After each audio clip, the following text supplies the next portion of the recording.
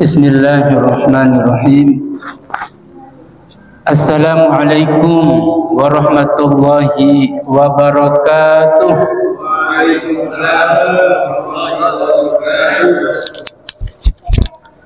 Bagaimana kabar malam ini Bapak-bapak? Sehat semuanya? Alhamdulillah. Penting sehatnya. Insya Allah sehat jiwa raga, sehat rohani juga, sehat juga urusan dapurnya. Amin ya robbal alamin. Kalau sehat mah insya Allah ngajinya tenang ya. Bismillahirrahmanirrahim. Alhamdulillahirabbil alamin. Ni'mal maula wa ni'man nasir. Wala haula wala quwwata illa billahil aliyyil azim. Asyhadu an la ilaha illallah wa asyhadu anna Muhammadar Rasulullah. Allahumma salli ala sayyidina Muhammad wa ala alihi wa ashabihi wa man tabi'a huda, amma ba'd. Rabbi zidna ilman warzuqna fahman. Rabbi israh li sadri wa yassir li amri wahlul 'uqdatam min lisani yafqahu qawli. Amin. Hadratul mukarramin, para alim ulama, para asatir, para hujjaj, wabil khusus yang sama-sama kita hormati, kita muliakan Ketua DKM Masjid Jami' Nurul Falah Al-Mukarram Ustadz Maulana beserta seluruh jajaran pengurus, juga para bapak-bapak yang hadir pada malam yang penuh berkah ini. Mudah-mudahan semuanya selalu istiqomah, selalu Allah berkahi hidupnya. Amin ya robbal alamin. Alhamdulillah, pada malam hari ini kita bisa bermuwajahah, bertatap muka kembali dalam rangka mengkaji, memahami kitab Al-Hikam, kitab tasawuf. Agar lebih berkah pertemuan kita, mari kita awali dengan sama-sama membaca umul kitab. Ala hadhihi niyyah wa likulli niyatin shalihah wa ila hadratin nabiyil mustafa wa maulana Muhammadin sallallahu alaihi wasallam wa ala alihi wa azwajihi wa dzurriyyatihi wa man tabi'ahum bi ihsan ila yaumiddin, wa khususan ila al-musannif fi kitab al-hikam Asy-Syaikh Ibnu Athaillah As-Sakandari nafa'anallahu bi ulumi fi din wa dunya wal akhirah, wa khususan ila jam'iyatina fi majlisina hadha wa li ummati Muhammadin sallallahu alaihi wasallam ajma'in. Syai'unillahu lana wa lahumul Fatihah. A'udzu billahi minasy syaithanir rajim. Bismillahirrahmanirrahim. Alhamdulillahi rabbil alamin. Ar-Rahmanir Rahim. Maliki yaumiddin. Iyyaka na'budu wa iyyaka nasta'in. Ihdinas siratal mustaqim. Siratal ladzina an'amta 'alaihim ghairil maghdubi 'alaihim waladdallin. Amin. Amin ya rabbal alamin. Selanjutnya mari kita buka pasal yang ke-25, 26 dan seterusnya kalau ada waktu nanti ya. Yang judulnya mintalah kepada Allah pasti terkabul. Ini judulnya bagus ini Bapak-bapak. Ini satu judul yang membuat kita optimis, yang membuat kita percaya diri, yakin bahwa segala doa-doa yang kita panjatkan itu pasti terkabul oleh Allah Subhanahu wa taala, pasti diijabah. Nanti kenapa bisa lambat, kenapa bisa ditunda, kenapa bisa langsung, itu ada teknis dan kuasa Allah semua ya di situ. Dan tentu yang perlu kita hadirkan dalam keyakinan, berdoalah pasti sampai, pasti Allah ijabah. Oke, kita bacakan dulu redaksi Arabiknya. Bismillahirrahmanirrahim. Wa qala al-musannif rahimahullahu taala wa nafa'na bi ulumihim fid dharain. Faslun ma tawaqqafa matlabun anta talibuhu bi rabbika wa la tayassara matlabun anta talibuhu bi nafsika.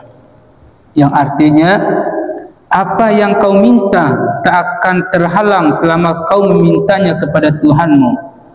Namun apa yang kau minta tak akan datang selama kau mengandalkan dirimu sendiri. Tuh, pelan-pelan dicerna bapak-bapak, jemaah sekalian. Jadi apa yang kita minta tak akan terhalang, artinya pasti sampai. Itu maksudnya pasti sampai, pasti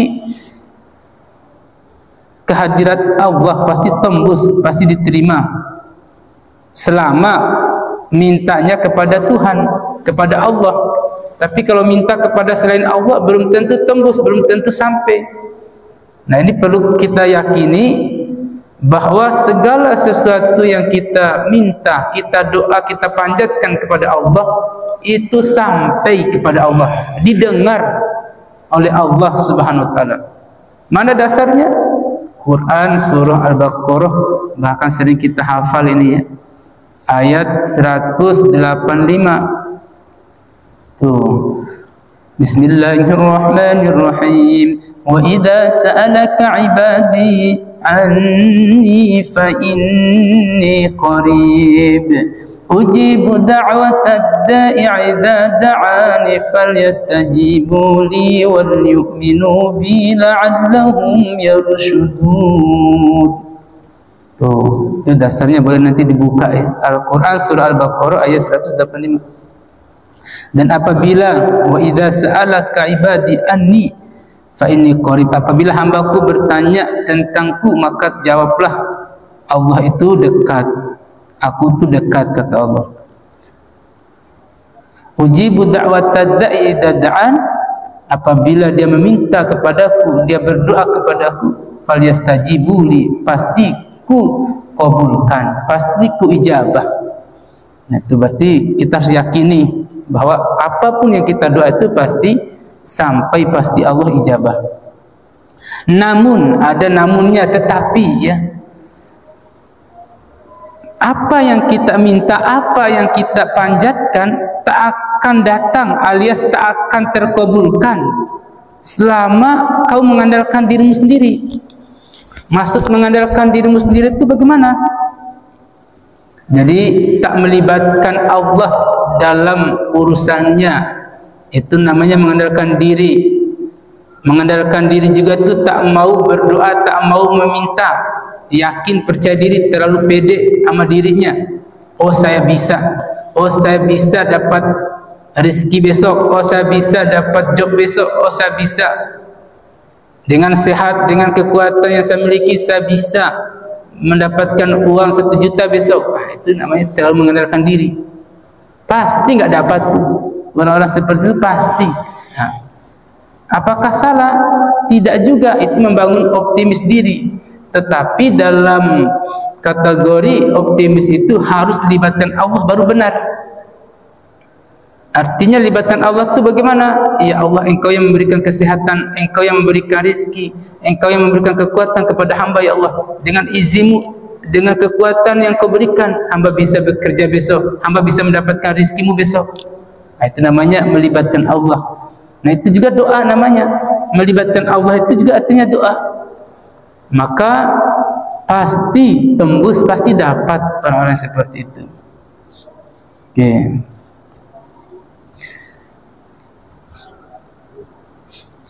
Itu terjemahannya.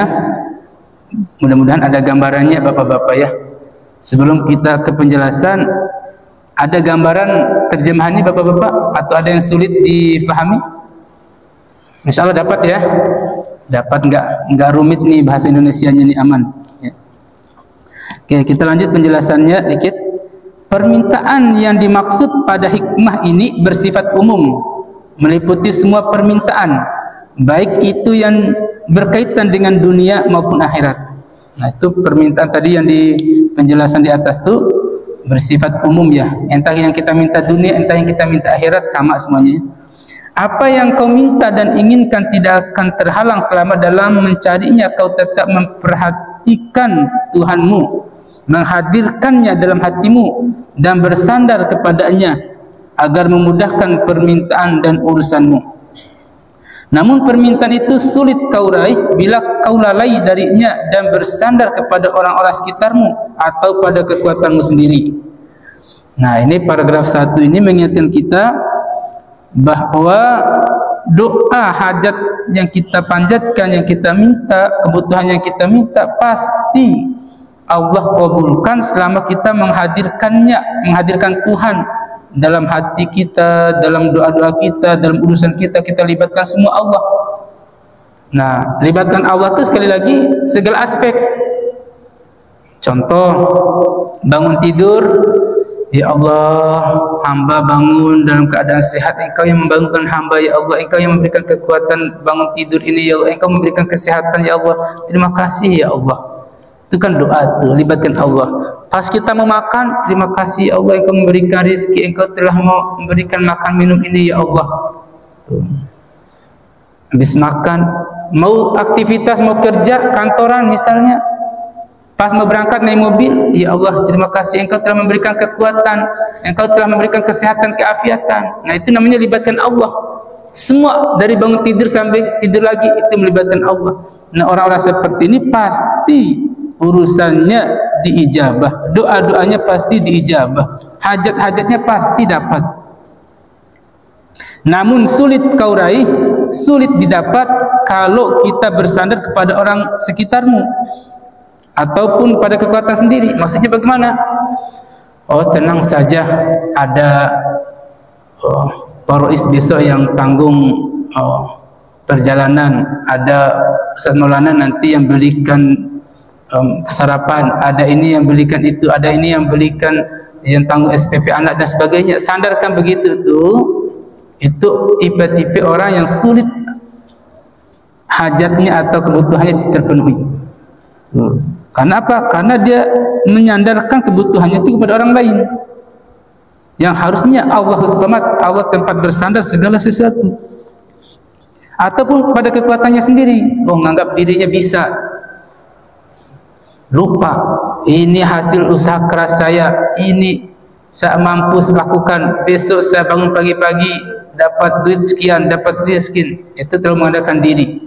Biasa orang yang selalu mengandalkan diri seperti ini, doa-doanya itu lambat terkabulkan, sulit dikabulkan. Gitu. Maka meminta kepada Allah penuh totalitas bersandar kepadanya, baru insya Allah terkabul doa-doa kita. Ini paragraf 1. Paragraf 2 yang lanjutannya, barang siapa menyerahkan segala kebutuhannya kepada Allah, berlindung dan bertawakal kepadanya, Allah akan mencukupi kebutuhannya, mendekatkan yang jauh darinya, dan memudahkan segala yang sulit baginya. Tuh. Sebelum lanjut, nih kalimat yang pertama ini, barang siapa yang menyerahkan segala kebutuhan kepada Allah, berlindung bertawakal padanya, Allah mencukupi kebutuhannya. Yang jauh didekatkan, yang sulit dimudahkan. Tuh, asbab kita bersandar kepada Allah, asbab kita melibatkan Allah dalam semua urusan. Yang jauh-jauh Allah dekatkan, yang baik Allah dekatkan, yang sulit-sulit Allah jauhkan, yang sulit Allah dekatkan. Pokoknya semua dimudahkan. Barang siapa yang mengandalkan ilmu dan akalnya serta bersandar pada kekuatan dan kemampuannya, Allah akan mempersulitnya dan membuatnya gagal. Apa yang diinginkan dan dibutuhkannya itu tidak akan mudah didapatkan dan sulit diwujudkan. Tuh, ini apa namanya, tegas ini ya. Barang siapa mengandalkan ilmu, kehebatannya, akalnya, kekuatannya, kepintarannya, tidak melibatkan Allah dalam perjuangan, dalam hajatnya, pasti gagal. Tuh, yang diinginkan, yang dibutuhkan pasti sulit didapatkan. Kenapa? Karena mengandalkan diri. Karena sebenarnya tak pantas kita mengandalkan diri. Karena semua kesehatan ini Allah yang anugerahkan, kekuatan, keafiatan kita ini Allah yang anugerahkan, kepintaran kita Allah yang anugerahkan, semua item kemampuan kita ini Allah yang berikan, yang amanahkan kepada kita. Maka libatkan Allah baru bisa sukses, maka libatkan Allah baru pantas kita diberikan hajat-hajatnya.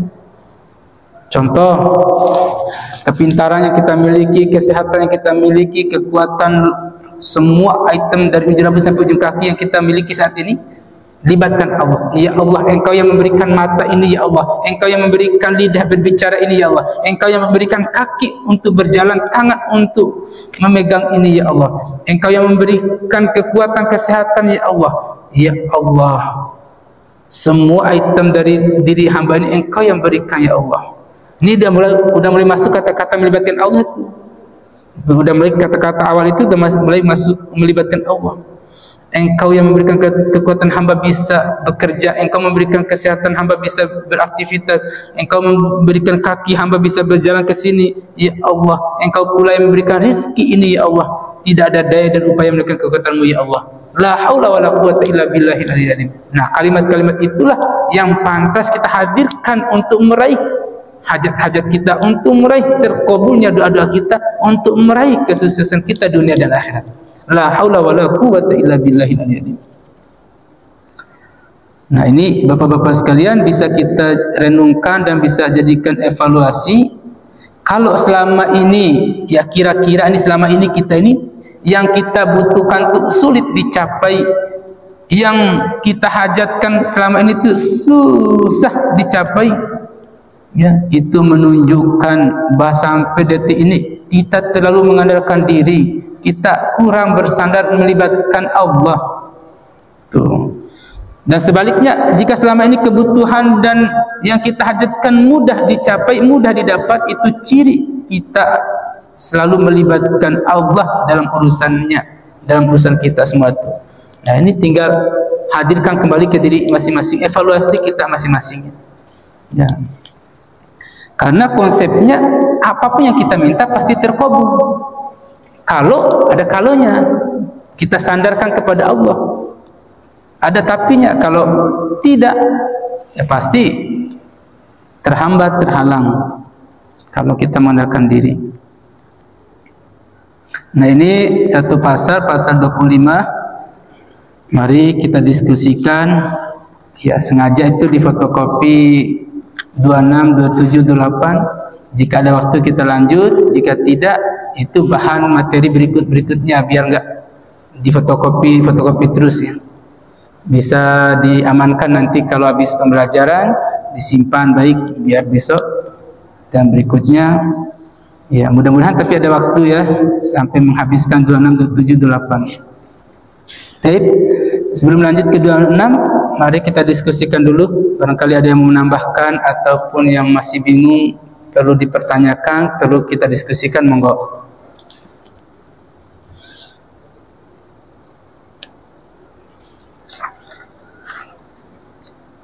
Tapi kalau terasa sudah paham, ya kita lanjutkan gitu. Ya.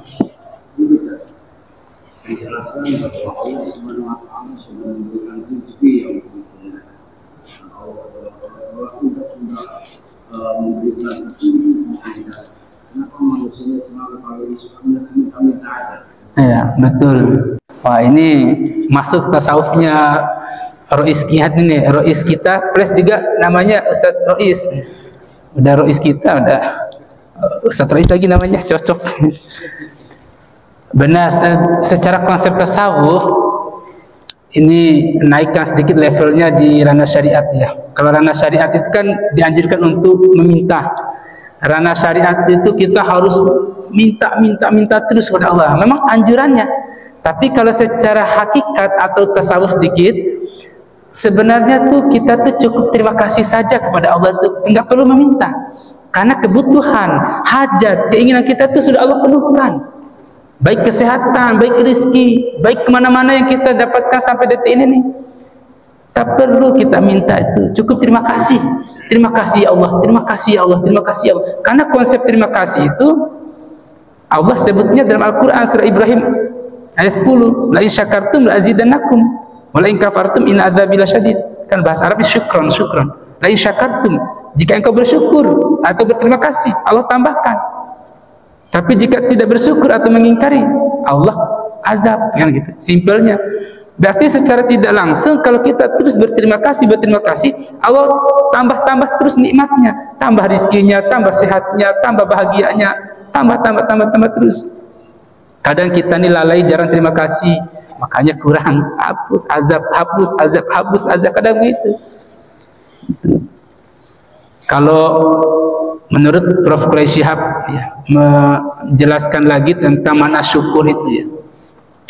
Jadi syukur itu pada hakikatnya bukan sekedar pada lisan maupun hati. Walaupun ulama Imam Al-Ghazali membagi 3 ya, ada asyukru bil qalbi, bil lisan, bil amal. Ada syukur dan hati, minimal hati kita terbersih, terima kasih ya Allah, ucapan alhamdulillah. Nah, Prof. Quraisy itu menguatkan pada amal, pada perbuatan. Bagaimana cara kita syukur pada perbuatan? Ini harus kita lakukan ini. Ternyata beliau menyampaikan syukur dengan amal itu menempatkan satu anugerah Allah pada had dan tempatnya. Contoh, Allah kasih kita ini, kalau sifat materi dulu ya, Allah kasih kita ini 1 juta misalnya, 1 juta rupiah. Nah 1 juta rupiah itu kalau kita gunakan untuk kebaikan, untuk menafkahi istri anak, untuk hal-hal yang positif, itu namanya bersyukur karena menempatkan pada had dan tempatnya. Tapi kalau 1 juta itu kita gunakan untuk hal negatif, foya-foya, beli yang hal-hal maksiat dan sebagainya, buat judi dan lain-lain, itu namanya tidak bersyukur karena tidak menempatkan pada haknya. Nah konsepnya terhadap Quran tadi, Ibrahim ayat 10 tadi, syukur Allah tambahkan 1 juta itu sekian-sekian, tapi kalau tidak Allah kurangi, Allah hapus. Nah itu pilihan kita di situ. Itu contoh kecil kaitan materi, padahal luas contohnya. Semua yang Allah anugerahkan banyak. Bisa istri kita, bisa anak kita, bisa diri kita. Diberi mata, kita gunakan untuk kebaikan, bersyukur akan mata. Gunakan pada keburukan, tidak bersyukur akan mata. Cepat nanti min itu, Allah cabut nikmat mata. Cepat kita min, cepat kita pekat macam mata dan lain-lain. Itu baru mata, belum lagi semua item dari ujung sampai ujung kaki. Diberi kesehatan, kita gunakan untuk yang baik, syukur namanya. Diberi kesehatan untuk hal-hal negatif, nggak bersyukur namanya. Sebentar lagi sakit pasti itu. Apa tujuan sakit? Untuk menghapus dosa, padahal dosa yang kita ulah lagi. Tuh. Nah konsepnya itu dari Al-Mukarram Ustaz Rois ya, Ustaz, imam besar kita ini. Memang kalau udah konsepnya ke hakikat, memang cukup terima kasih terus. Pergi umrah, pergi haji misalnya, segudang nama yang didoakan. Ada kalau tradisi NU itu tradisi didoakan di Mekah itu, yakin kan besok lusa 100 nama yang didoakan. Yang ini nyebut doa ini, nyebut ini, terus sampai 100 nama di-Al-Fatihahkan. Nah, ya Allah, terima kasih, ini nama yang berhajat, Engkau yang lebih tahu hajat semuanya ini, kabulkan ya Allah. Itu doa-doa simpelnya begitu, supaya enggak Al-Fatihah semua 1 sampai 100, habis ibadah kita, enggak sempat kita yang lainnya. Tuh. Maka teknis seperti itu boleh dilakukannya. Artinya pun kita yang pergi umrah, pergi haji itu di Ka'bah, di Raudhah dan sebagainya, di Hijri Ismail yang mustajab itu nggak perlu kasarnya banyak doa. Ya Allah, banyakin fulus hamba. Ya Allah, banyakin mobil, banyakin rumah, banyakin istri, macam-macam. Langsung pegang Ka'bah itu, terima kasih Allah, terima kasih Allah, terima kasih Allah. Dah itu pasti Allah tambahkan tuh yang kita hajat, kita niat tuh, udah tahu Allah tuh. Cuma kita nih hobinya kan dipretelin. Pegang Ka'bah, ya Allah, hamba masih punya hutang sekian, masih punya cicil ini, masih punya ini, disebutin semua misalnya. Enggak. Masih ada penjabaran di sini, yaitu dalam mencari. Mencari berarti kita sebagai manusia itu bisa dibilang diwajibkan untuk bekerja. Ya. Namun di sini tetap kita tidak melepaskan diri dalam mencari sesuatu yang kita inginkan, dalam syariatnya, dalam bekerja, tidak melepaskan Tuhan. Betul. Nah, kalau tadi yang disampaikan Ustaz Faiz lebih menuju ke tasawufnya, namun dalam ini adalah syariatnya. Betul. Nah, dalam bersyariat ini tentu seseorang sesuai apa yang disampaikan dalam penjabaran ini dalam mencari. Dan di dalam mencarinya itu, maka setiap insan itu diwajibkan bekerja. Mohon detailkan lebih luas lagi. Iya, betul sekali. Nah, itu pemahaman-pemahaman yang pas ya. Jadi konsep kita berdoa itu, konsep kita mencari rezeki itu dibarengi dengan ikhtiar. Makanya ada kata-kata, apa yang kau minta dan inginkan tidak akan terhalang selamat dalam mencarinya. Nah, mencarinya itu berarti bekerja, beraktivitas 24 jam kita lakukan misalnya. Tapi dalam mencari itu kau tetap bersandar kepada Rabb-Mu. Nah, itu penting didalamin ya. Memang mencari itu, bekerja itu hukumnya wajib ya. Hukumnya wajib. Karena Al-Qur'an surah Uhud ya, itu ayat 11 itu disebutkan wa ma min dabbatin fil ard. Ada kata-kata wa ma min dabbatin fil ard illa Allahi rizquha.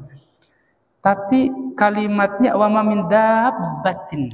Nah, seluruh binatang hewan luas apapun itu yang ada di muka bumi ini Allah tanggung rizkinya, tapi ada kata kuncinya. Bukan binatang yang melata, tapi arti asli itu binatang yang bergerak. Ya, bergerak itu ada kata-kata mencari, beraktivitas dan sebagainya. Selama hamba itu bergerak, itu sudah Allah tanggung rizkinya. Bayangkan bergerak ini hatta kita bergerak fisik bisa, bergerak hati bisa, bergerak mulut bisa, bergerak apa saja kita pakai. Nah, selama nyawa masih ada itu juga bergerak namanya. Itu pun Allah masih tanggung rezekinya sampai segitunya.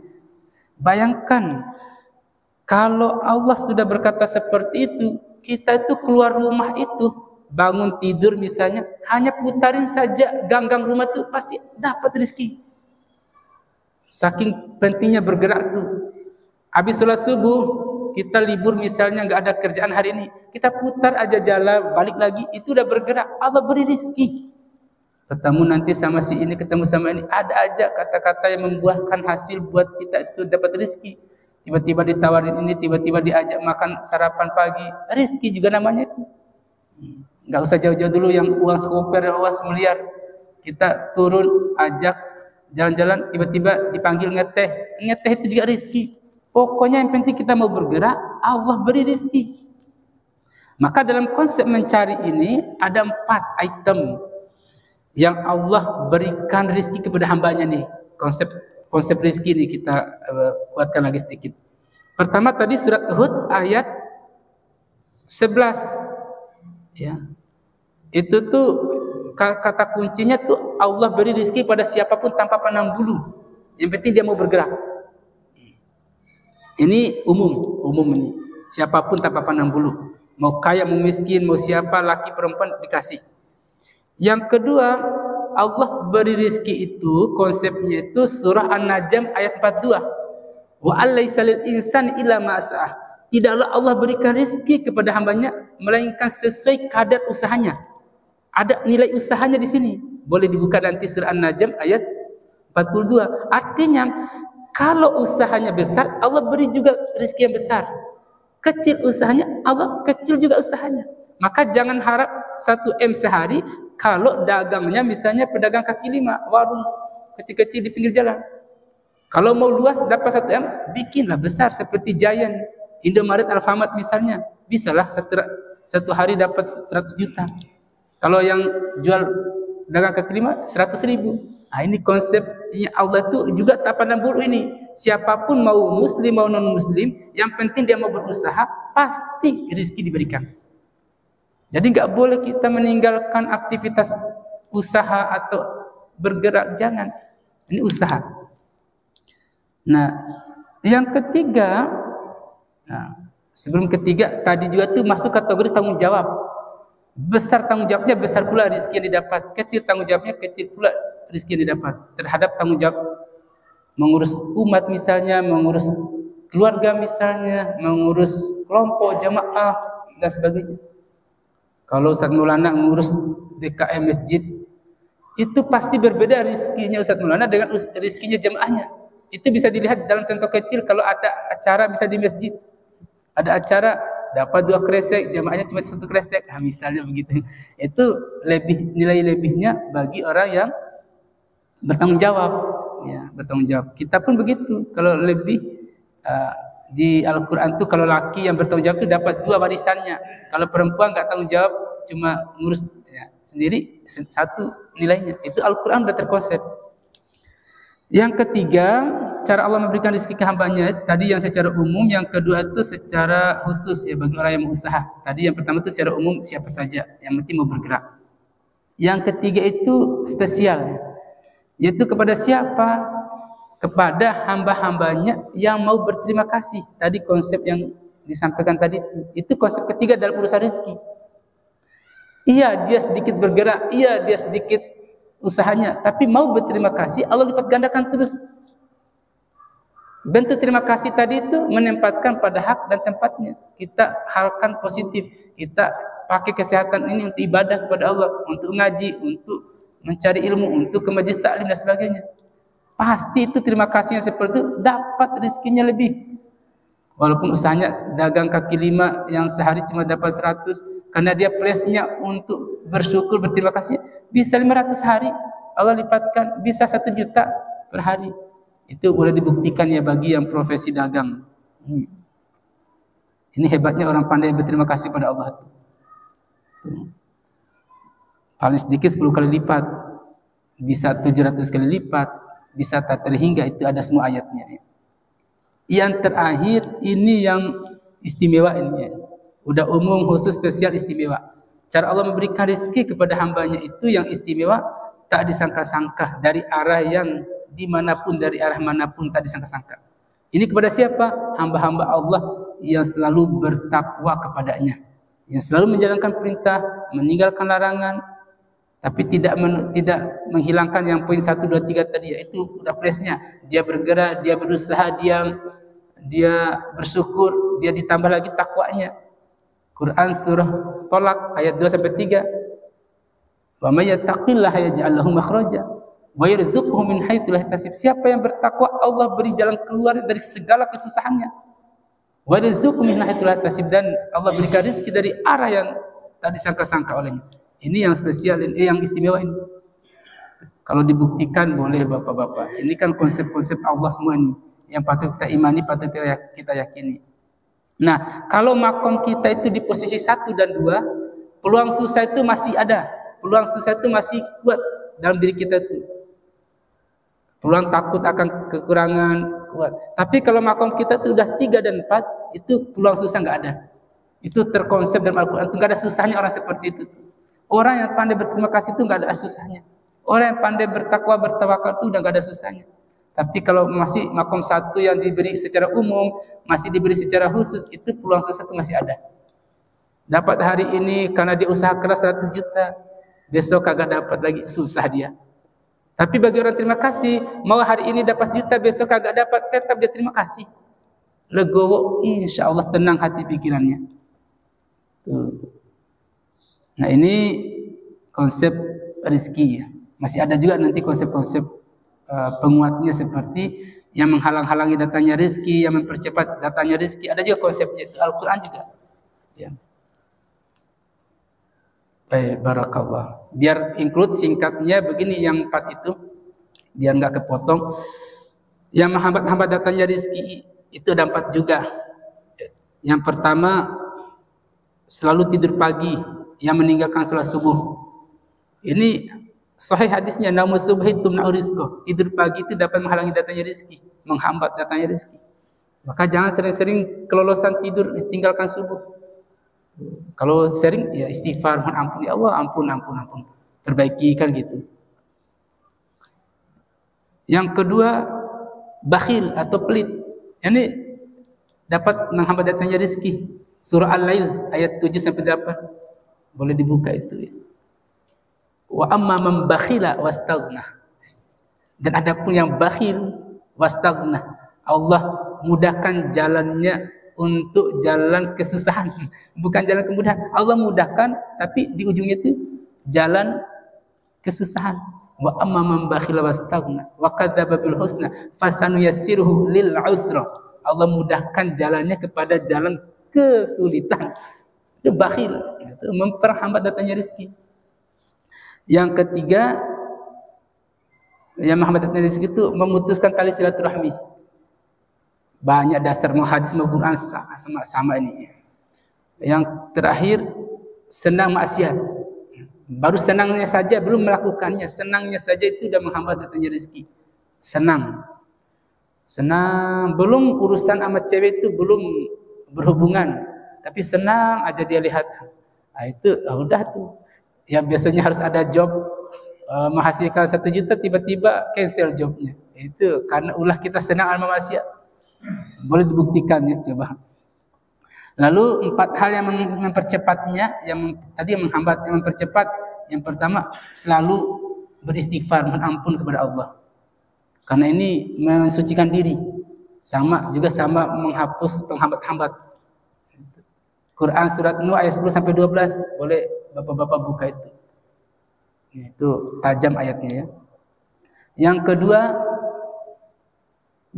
balikannya atau kebalikannya dari bakhil, yaitu mempercepat datangnya rezeki itu hobi berbagi atau dermawan. Bakhil itu kan lawannya dermawan. Yang ketiga, lawan atau baliknya dari memutuskan tali silaturahmi, yaitu menyambut terus tali silaturahmi. Ini dapat percepat datangnya rezeki. Boleh dibuktikan. Nah, itu jelas hadisnya ya. Hadis maupun Qur'annya jelas semua itu. Yang terakhir, yang mempercepat datangnya rezeki itu menikah. Wa in kuntum fuqara fayughnihumullah. Jika kau dalam keadaan fakir, kamu berani nikah, Allah kayakan. Makanya kita itu sebelum nikah masih belum ada kelihatan rezeki kita tuh, masih belum ada kulkas, belum ada kasur, belum ada panci, piring dan sebagainya. Tapi pas nikah ada itu. Nah, itu namanya kaya jadinya. Jadi semua itu terkonsep baik dalam Al-Quran maupun hadis ya Bapak-bapak sekalian. Asal kita mau kaji, mau kita kupas, ketemu. Dan kita insya Allah akan tercerahkan jalan kita dalam kehidupan ini. Itu pentingnya kita terus tuntut ilmu ya. Terus belajar. Nabi sudah berpesan jauh-jauh, utubul ilmu minal mahdi ila lahdi. Tuntut ilmu dari buaya sampai liang lahat. Supaya apa? Supaya kita tercerahkan. Disuruhnya itu atau diwajibkannya itu nyarinya, bukan pintarnya. Utlubul ilmah, carilah ilmu, tuntutlah ilmu, itu yang diwajibkan. Nyarinya. Nomor 100 itu pintarnya atau cerdasnya. Yang penting mau nyari dulu. Urusan pintar itu kan hak Allah yang memberikan ilham supaya kita pintar. Jadi jangan jadikan tujuan menuntut ilmu itu harus pintar dan cerdasnya. Ntar dulu. Kita mau nyari, mau berusaha nyarinya dulu itu udah 100 nilainya di hadapan Allah dan Rasulnya. Karena yang diperintahkan ada wajibnya itu mencarinya. Bonus pintar dan faham ilmu yang dicari itu bonus. Tuh. Barakallahu li wa lakum ajma'in. Insyaallah bisa dicerahkan. Yang penting intinya bergerak. Kata kunci tadi yang mencarinya itu betul bergerak, bekerja, beraktivitas. Barakallah. Monggo ada lagi apa tadi? Monggo masih insyaallah masih. Siapa yang mengandalkan ilmu dan akal serta bersandar pada kekuatan kemampuan Allah akan mempersulit membuatnya gagal. Apa yang ya maksudnya ini tak melibatkan Allah dalam semua urusannya itu, alias sombong orang ini. Sombong nih, Maksudnya terlalu mengandalkan capability-nya, terlalu mengandalkan akal dan ilmunya. Dengan kekuatan dan kepintaran saya lah proposal ini bisa goal sampai ke presiden. Lupa dia, nggak libatkan Allah. Harusnya dengan izin Allah, dengan kekuatan Allah yang memberikan kecerdasan dan kekuatan kepada kita semua, kepada diri kita hamba juga, maka proposal ini bisa goal. Harusnya libatkan gitu, baru sukses. Tapi no Allah pasti gagal. Ada juga yang kata-kata berkat jadi payah dan kerja keras saya lah masjid ini bisa berdiri tegak, atau bisa proyek ini goal. Sombong dia itu. Itu pasti calon orang gagal tuh. Kegagalnya bisa gagal proyek itu kalau udah bangun bisa nggak dipakai di masjid itu, dianya terusir dari mana. Tapi kalau dihadirkan dengan izin Allah, dengan kekuatan Allah, dengan kesehatan yang Allah berikan kepada kita semua, makanya proyek ini goal, masjid ini jadi. Hebat itu. Orang yang sukses itu yang selalu bersandar dan melibatkan Allah dalam segala urusannya. Dan calon orang gagal itu yang melupakan Allah dalam prosesnya. Yang dia munculkan adalah kekuatan diri, kehebatan diri, kemampuan akal, pikiran, cerdas dirinya. Itu calon orang-orang gagal. Maka mari kita tanamkan kepada diri kita dan keluarga kita, anak cucu kita, usaha melibatkan Allah semua aktivitas. Belajar libatkan Allah, bekerja libatkan Allah, berdagang, berusaha apapun yang kita geluti libatkan Allah. Pasti bahagia pulangnya. Dan Allah senang yang hamba-hamba yang selalu melibatkannya. Itulah dimaksud la haula wala quwwata illa billahil aliyil azim. Tidak ada daya dan kekuatan melainkan kekuatan Allah Subhanahu wa taala. Oh, semangat, hebat, Allah senang begitu tuh. Nah, itu maksudnya ya, Bapak ya. Barakallahu wa lakum ajmain. Jadi cukup satu pasal ya Bapak-bapak ya, 25 insyaallah 26 27 8-nya besok. Nah, ini fotokopinya disimpan Pak ya. Di apa namanya? Dibawa besoknya pas ketemuan berikutnya. Barakallahu lakum ajmain. Mari kita tutup dengan sama-sama baca doa seperti biasa. Bismillahirrahmanirrahim. Wal 'asri innal insana lafi khusrin illa alladziina aamanu wa 'amilus shaalihati wa tawassaw bil haqqi wa tawassaw bis sabr. Shadaqallahul 'azim. Subhanakallahumma wa bihamdika asyhadu an la ilaha illa anta astaghfiruka wa atubu ilaik. Walhamdulillahi rabbil alamin. Demikian, terima kasih atas segala perhatian, mohon maaf atas segala kekurangan. Akhirul kalam, wabillahi taufiq wal hidayah. Wassalamualaikum warahmatullahi wabarakatuh. Waalaikumsalam.